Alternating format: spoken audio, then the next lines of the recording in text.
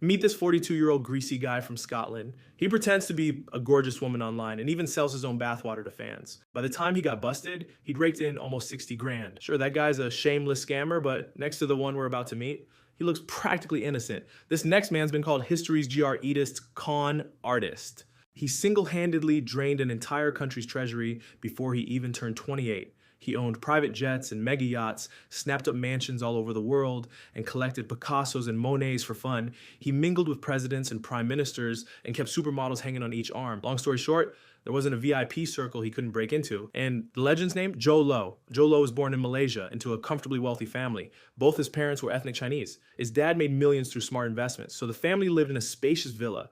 Education was top priority for the Lows, so even though they weren't swimming in cash, they still sent Joe to elite schools. The schools he attended were playgrounds for the ultra-rich. In 1998, his parents shipped him off to the UK to attend the prestigious Harrow School. His classmates, British royalty, princes from the Middle East, and heirs to huge business empires. Next to families like those, the Lows looked practically middle class. But Joe never felt small. In his eyes, this was his ladder to the top. So, to get even closer to the elite crowd, he started spinning wild stories about his family's wealth.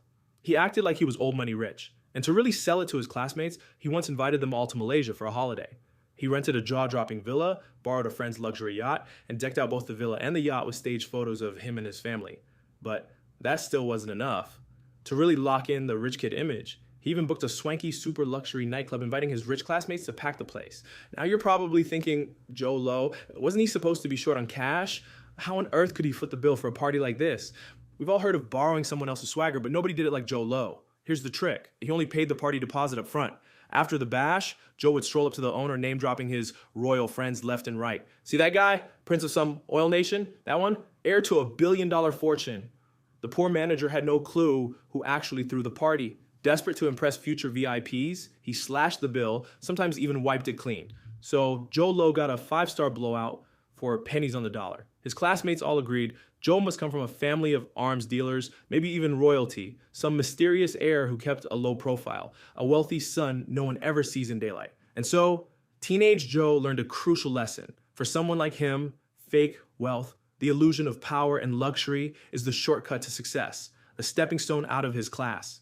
When he hit college age, Joe headed to the the Wharton School at UPenn. By then, he'd mastered befriending the ultra-rich, still faking his background and status. He hung out with the wealthiest kids on campus, the sharpest, most connected ones. Many were heirs to giant fortunes. Some were minor royalty.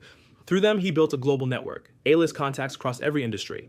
And from those friends, he learned how big money really moves, who actually pulls the strings. College wrapped up soon enough, and Joe's long-game investment in those contacts started paying off, big time.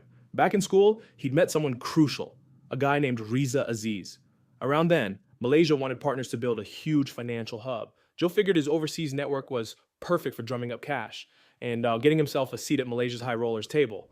With Riza's help, Joe tapped his Middle Eastern buddies and sealed the deal, then took full credit. He handed that credit to Riza's stepdad, none other than Najib Razak, Malaysia's deputy prime minister. Thanks to the deal, Najib scored major momentum in the election campaign, building huge public support, enough that by 2009, he became Malaysia's prime minister. And Jho Low, Najib's golden boy. That's how much trust Najib had in him. Right after Najib's inaugural speech, Joe pitched an idea. Malaysia should set up its own sovereign wealth fund.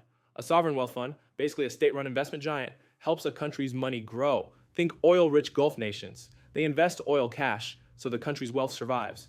Because if the oil dries up or sanctions hit and an oil-dependent economy collapses, so they park profits in diverse assets, their safety net. Malaysia followed suit, creating its own fund.